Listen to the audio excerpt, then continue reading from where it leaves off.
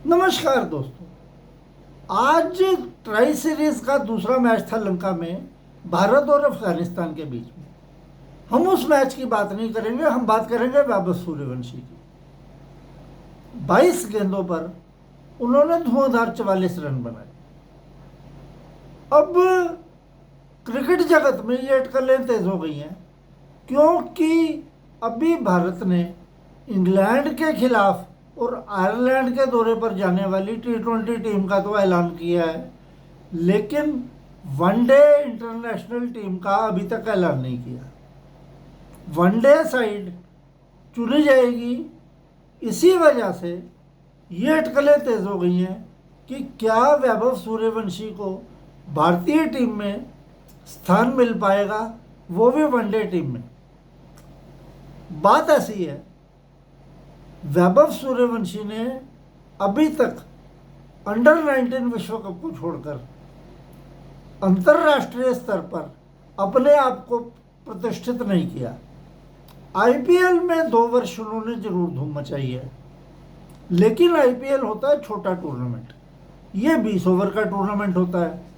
और आईपीएल में आपको पता ही है कि 4 विदेशी खिलाड़ी होते हैं, उनमें से भी इक्का दुक्का बॉलर विदेश का होता है और बाकी भारतीय बॉलर होते हैं। प्रदर्शन लाजवाब है उनका, प्रतिभा उनमें कूट कूट कर भरी है, लेकिन क्या वो इंग्लैंड के दौरे पर जाने वाली भारतीय ओडीआई टीम का हिस्सा बन पाएंगे? विचार इस बात पे करें। अभी वैभव सूर्यवंशी T20 के लिए जो इंग्लैंड जाने वाली टीम में चुने गए हैं, उसमें भी बीसीसीआई ने उनके माता पिता को उनके साथ ट्रैवल करने की अनुमति इसलिए दी है कि बीसीसीआई मानता है कि वो भी बच्चा है, अभी माइनर है। पॉसिबल हो भी सकता है कि ओडीआई साइड में भी उसको एंट्री देकर, चलो और कुछ नहीं तो अनुभवी मिल जाएगा, टीम के साथ चलेगा। क्योंकि वैभव सूर्यवंशी पर बीसीसीआई की खास नज़र है। दक्षिण अफ्रीका, नामीबिया और कीनिया ये 2027 का विश्व कप होस्ट करेंगे, और भारत की आशा बहुत अधिक बलवती है इस बात पर कि वैभव सूर्यवंशी 2027 के विश्व कप में खेलेंगे।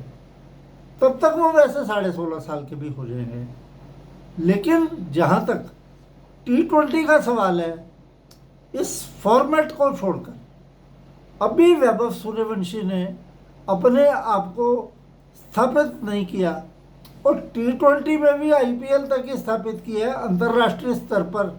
अब जब ये आयरलैंड और इंग्लैंड के दौरे पर जाएंगे, इनको कितने मैच खेलने को मिलते हैं, कितने और खिलाड़ियों के मौके हटाकर इनको दिए जाते हैं, ये देखने वाली बात है।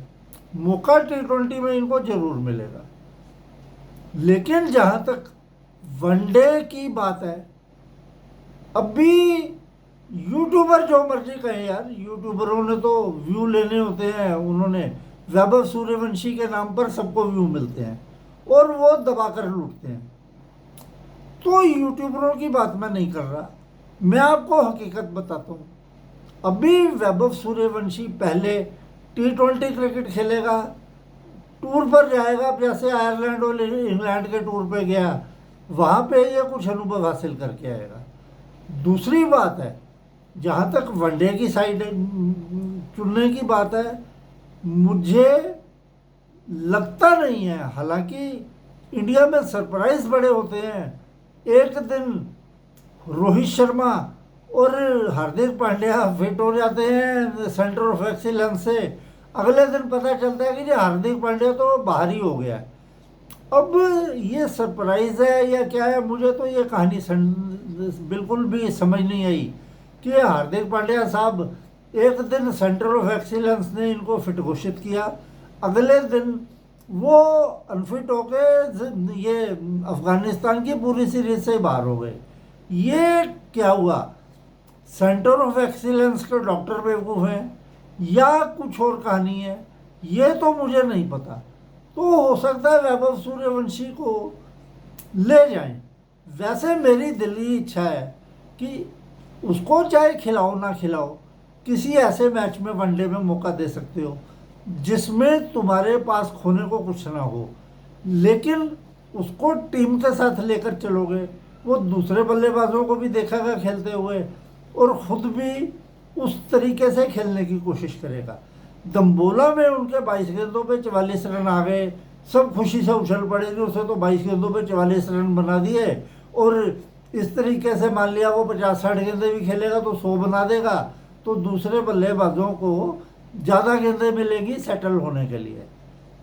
उनकी बात ठीक है, लेकिन वनडे का जो फॉर्मेट होता है वो 120 गेंदों का नहीं होता, वो होता 300 गेंदों का।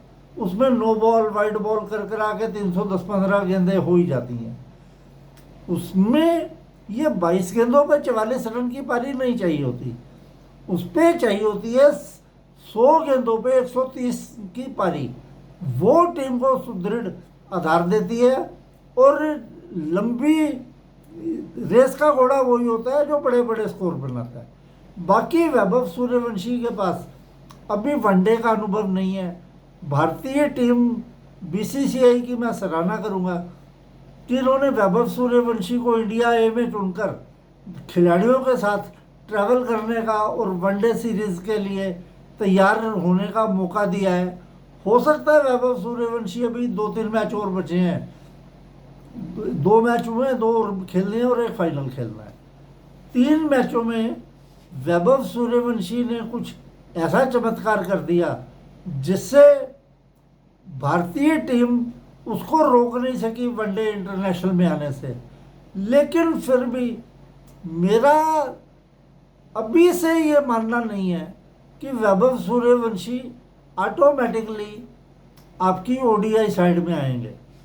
आएंगे जरूर, आएंगे, बहुत जल्दी आएंगे, लेकिन वो कितनी जल्दी आएंगे?